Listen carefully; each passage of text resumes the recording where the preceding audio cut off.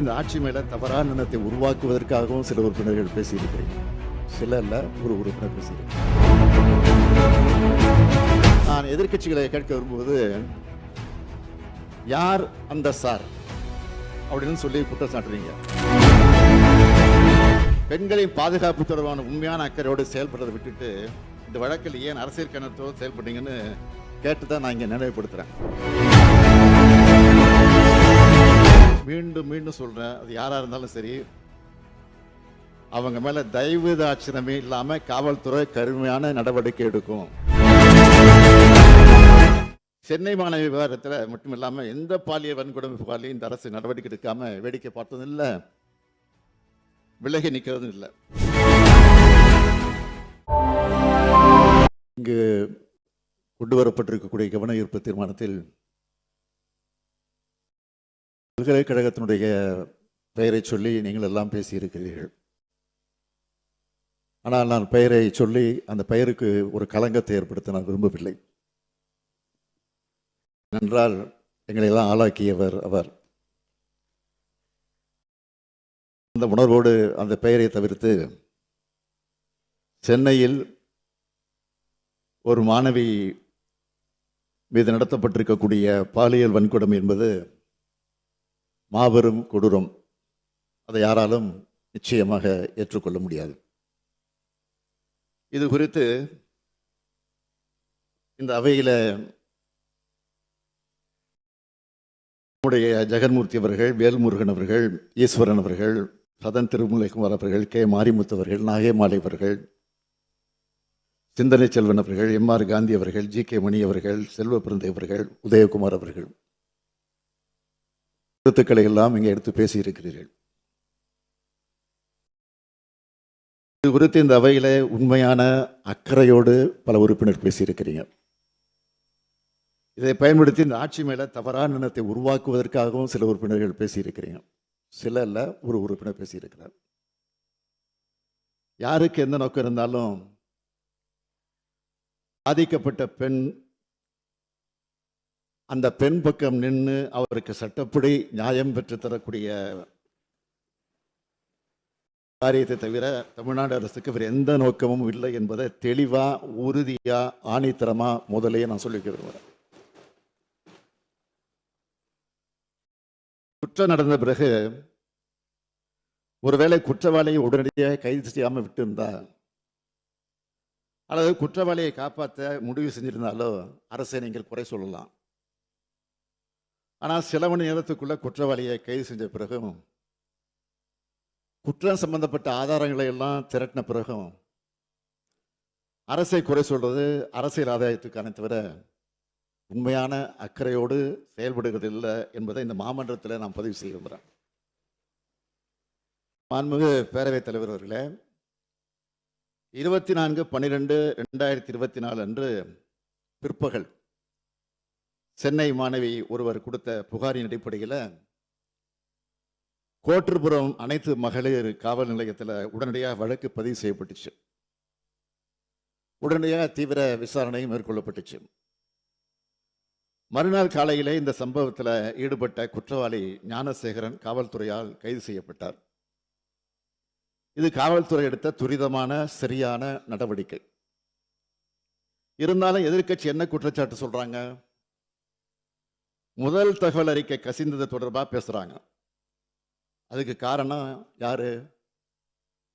ஒன்றிய அரசின் கீழ் செயல்படுகிற என்ஐசி, நேஷனல் இன்ஃபர்மேட்டிக்ஸ் சென்டர், தேசிய தகவல் மையம். அது நம்ம காவல்துறையால் உடனடியாக சுட்டிக்காட்டப்பட்டு அதற்கு பின்னால் அந்த தொழில்நுட்ப கோளாறும் சரி செய்யப்பட்டிருக்கிறது. அது தொடர்பாக அந்த அமைப்பும் நிறுவனமும் விளக்கம் கொடுத்து கடிதமும் எழுதியிருக்கிறாங்க. என்எஸ்சியிலிருந்து கடிதமும் எழுதியிருக்கிறாங்க. அடுத்து பாதுகாப்பு இல்லை, கேமரா இல்லை, 19 ரூபா சொல்ற குற்றச்சாட்டும் உண்மை இல்லை. சம்பவம் நடந்த வளாகத்தில் சுற்றி இருக்கக்கூடிய பகுதிகளில் இருந்த கண்காணிப்பு கேமராக்கள் உதவியோடு தான் குற்றவாளி அடையாளம் காணப்பட்டு கைது செய்யப்பட்டிருக்கிறார். மூன்றாவது குற்றச்சாட்டு, முதல் தகவல் அறிக்கை வெளியானதை வச்சுட்டு யார் அந்த சார் அப்படின்னு கேட்குறீங்க. மாண்புமிகு உயர்நீதிமன்ற உத்தரவுப்படி நியமிக்கப்பட்ட சிறப்பு புலனாய்வு குழு தான் இப்போ இந்த புகாரை விசாரிக்கிறாங்க. கைது செய்யப்பட்ட குற்றவாளி குண்டர் சட்டத்தின் கீழ் சிறையில் அடைக்கப்பட்டிருக்கிறார்.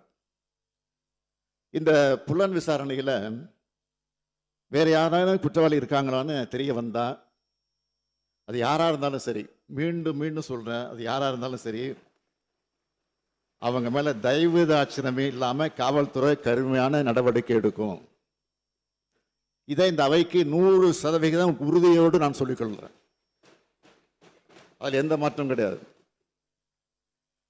அது மட்டுமல்ல, இன்னும் முக்கியமானது, இந்த வழக்கில் விரைந்து விசாரணை மேற்கொண்டு 60 நாட்களுக்குள்ள குற்றப்பத்திரிகையும் தாக்கல் செய்யப்படும்.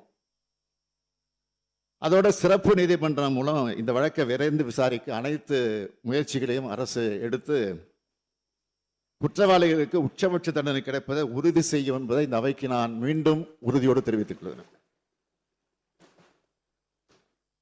நான் எதிர்க்கட்சிகளை கேட்க விரும்புவது, யார் அந்த சார் அப்படின்னு சொல்லி குற்றம் சாட்டுறீங்க. உண்மையாக உங்ககிட்ட அதுக்கு ஆதாரம் இருந்தா, உயர்நீதிமன்ற உத்தரவுப்படி அமைக்கப்பட்டிருக்கக்கூடிய அந்த சிறப்பு புலனாய்வு கேட்டுக்கொண்டு கொடுங்க, அதை சொல்லுங்க. ஆதாரம் இருந்தா அதை யார் தடுக்க போறா? அதை விட்டுட்டு ஒரு மாணவி சம்பந்தப்பட்ட சென்சிட்டிவான வழக்கில் வீண் விளம்பரத்துக்காக, குறுகிய அரசியல் லாபத்துக்காக மலிவான செயலை மீண்டும் மீண்டும் ஈடுபட வேண்டாம் என உங்ககிட்ட நான் கேட்டுக்கிறேன். இந்த அரசை பொறுத்த வரைக்கும் பெண்களுக்கு எதிரான குற்றங்களை இரும்பு கரம் கொண்டு அடக்கும். இந்த ஒரு சம்பவத்தை வச்சு பெண்களுக்கு பாதுகாப்பே இல்லாமல் இருக்கிறது போல ஒரு சதி தோற்றத்தை உருவாக்க பல முயற்சி செய்யறாங்க. நான் நிச்சயமா சொல்றேன், இது மக்கள் மத்தியில் நிச்சயமா ஈடுபடாது. ஏன்னா நமது அரசு வந்ததுல இருந்து பார்த்திருக்கீங்க, பெண்கள் பாதுகாப்புக்கு எவ்வளவு முக்கியத்துவம் கொடுக்கிறோம், பெண்கள் எதிரான குற்றங்களை எவ்வளவு நடவடிக்கை எடுத்திருக்கிறோம் என்பது தமிழ்நாட்டு மக்களுக்கு நல்லா தெரியும். குறிப்பா பெண்களுக்கு எதிரான வழக்கில் 86 விழுக்காட்டுக்கு மேல 60 நாட்களுக்குள்ள குற்றப்பத்திரிகை தாக்கல் செய்யப்பட்டிருக்கு.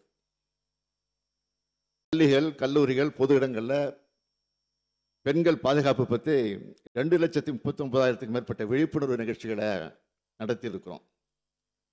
சத்யா என்ற பெண்ணை ரயில் முன்ன தள்ளி விட்டு கொலை செஞ்ச வழக்கில் மிக குறுகிய காலத்தில் உச்சபட்ச தண்டனையா தூக்கு தண்டனை பெற்றுக் கொடுத்திருப்பது இந்த அரசு தான்.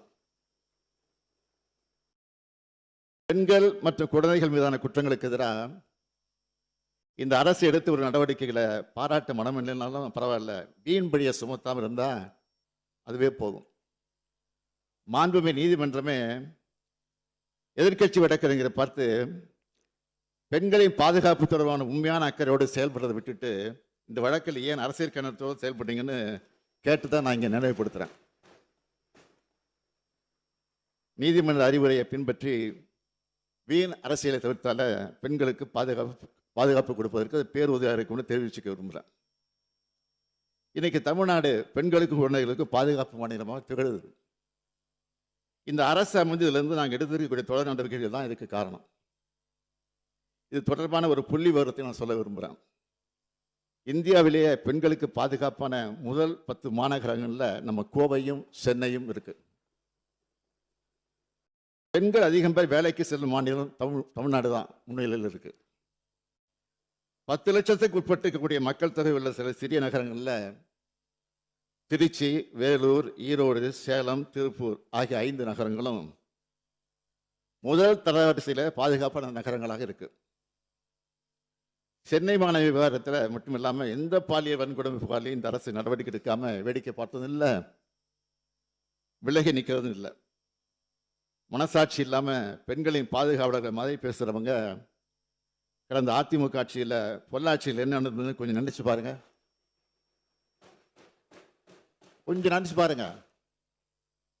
பொள்ளாச்சியில் நடந்தது ஒரு பெண் சம்பந்தப்பட்ட பாலியல் குற்றம் இல்லை, தொடர்ச்சியா பல பெண்களுக்கு பாலியல் வன்கொடுமை 2 வருஷமா நடந்திருக்கு. ஒரு கும்பல் செஞ்சுட்டு வந்திருக்கு. அன்றைய அதிமுக ஆட்சி எந்த நடவடிக்கை எடுக்கல. சிபிஐ கிட்ட இந்த வழக்கு போன பிறகுதான் உண்மையெல்லாம் வெளிச்சத்துக்கு வந்துச்சு. பாதிக்கப்பட்ட பல பெண்களில் ஒருவர் தனக்கு நேர்ந்த கொடுமையை பற்றி தன்னோட அண்ணன்கிட்ட சொல்றார். பிரச்சனைக்குரிய 4 பேரையும் அவரே பிடிச்சு கொண்டு வந்து பொள்ளாச்சி டவுன் காவல் நிலையத்தில் ஒப்படைக்கிறார். பாலியல் தொல்லை, ஆபாசமாக படம் எடுத்தல், செயின் பறிப்புன்னு புகார் கடிதம் தர்றார். வீடியோக்கள், செல்போன்கள் ஆகியவற்றில் 4 குற்றவாளிகளையும் இவங்க ஒப்படைக்கிறாங்க. இதனை பெற்றுக்கொண்ட போலீஸார் வழக்கு பதியல, எல்லோரையும் விடுவிச்சிட்டாங்க. இதுதான் அன்றைய முதல்வர் சார் ஆட்சியில் சட்டம் ஒழுங்கு லட்சணம்.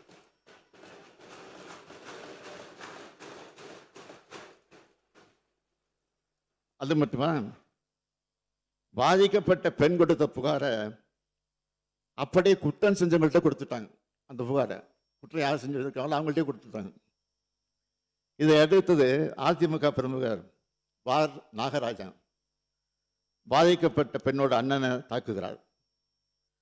அந்த புகார் மேலே நடவடிக்கை எடுக்காத அரசு தான் அதிமுக அரசு. பிரச்சனை பெருசாக தெரிஞ்சதும் இதில் சம்பந்தப்பட்ட முக்கிய நபரான திருநாவுக்கரசை கைது செய்யாம ஏதோ 3 பேரை கைது பண்ணி கணக்கை முடிக்க பார்த்தாங்க. ஆனால் சிபிஐ விசாரணையில் பொள்ளாச்சி சம்பவம் முழுவதுமே அதிமுக பிரமுகர்களால் நடத்தப்பட்டது தெளிவாக சொல்லிடுறாங்க.